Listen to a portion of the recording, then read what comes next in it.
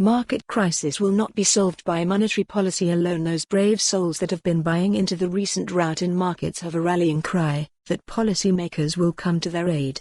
In their view, stimulus is inevitable in response to the crisis.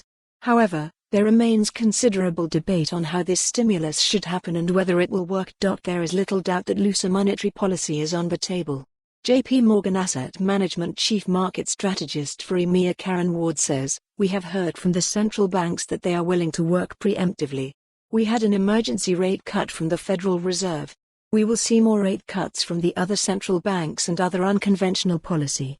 However, she points out that the clear message from markets is this is not enough. Markets are rightly saying this is not a problem that can be solved by rate cuts, and therefore the focus is on fiscal policy.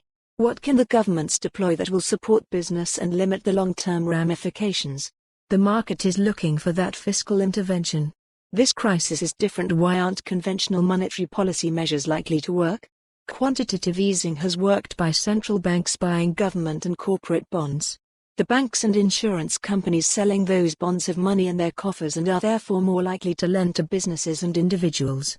This worked well in the financial crisis, but this crisis is different. Businesses need more immediate and direct help.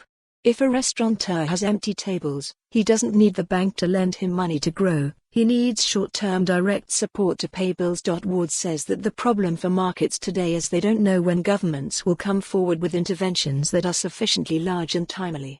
In the UK, we can expect some of these fiscal measures in the budget on Wednesday.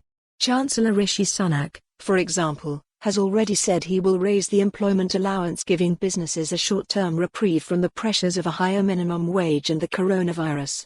In practice, this is unlikely to make the difference for many under-pressure business, and more measures could be announced. The IMF recently outlined the type of measures governments could be taking. Households and businesses hit by supply disruptions and a drop in demand could be targeted to receive cash transfers, wage subsidies, and tax relief, helping people to meet their needs and businesses to stay afloat.